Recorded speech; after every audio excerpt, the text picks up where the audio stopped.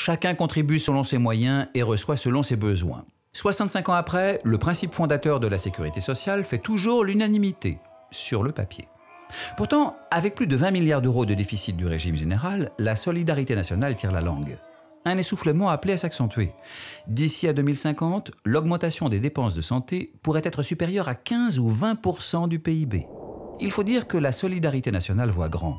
Du petit doigt cassé au diabète sous insuline, tout est pris en charge. Pourtant, avec déjà 2/3 des dépenses de santé consacrées aux maladies chroniques et aux affections de longue durée, la spécialisation de la Sécu semble toute trouvée, se concentrer sur les soins complexes et coûteux. Alors, pourquoi ne pas pousser la logique jusqu'au bout en laissant la bobologie et les soins aigus aux mutuelles et aux assureurs? À moins de prendre le problème à la racine, c'est-à-dire en cherchant à équilibrer les comptes de la Sécu. Une franchise serait établie pour chacun en fonction de ses revenus. En deçà de ce seuil, les dépenses incomberaient au patient ou à sa complémentaire.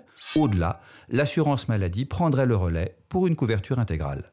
Augmenter le reste à charge des ménages? Il y a la marge de manœuvre, mais le sujet est explosif. Les dépenses de santé représentent 9% de la part du budget des Français, le pourcentage le plus faible de tous les pays de l'OCDE.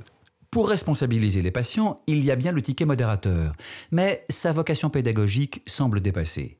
Et puis, cet éclatement des dépenses entre assurance maladie et mutuelle entraîne un surcoût de gestion. Pire, cela revient à faire des deux payeurs des aveugles, réduits à se renvoyer la balle en matière de contrôle de la qualité des soins. Une solution serait d'ouvrir l'assurance maladie à la concurrence. L'assuré aurait alors face à lui un assureur unique, à même de lui prodiguer des conseils avisés. Les Pays-Bas ont sauté le pas en 2005. Depuis, au plat pays, il est obligatoire de s'assurer auprès de l'un des 4 assureurs privés adoubés par l'État. La sélection des assurés est bien sûr interdite et un système de péréquation a été mis en place. En France, en revanche, l'État rechigne à jouer son vrai rôle, celui d'arbitre impartial. Du coup, le provisoire s'éternise. À l'instar de la contribution sociale généralisée, cette disposition temporaire, toujours en vigueur 20 ans après sa création.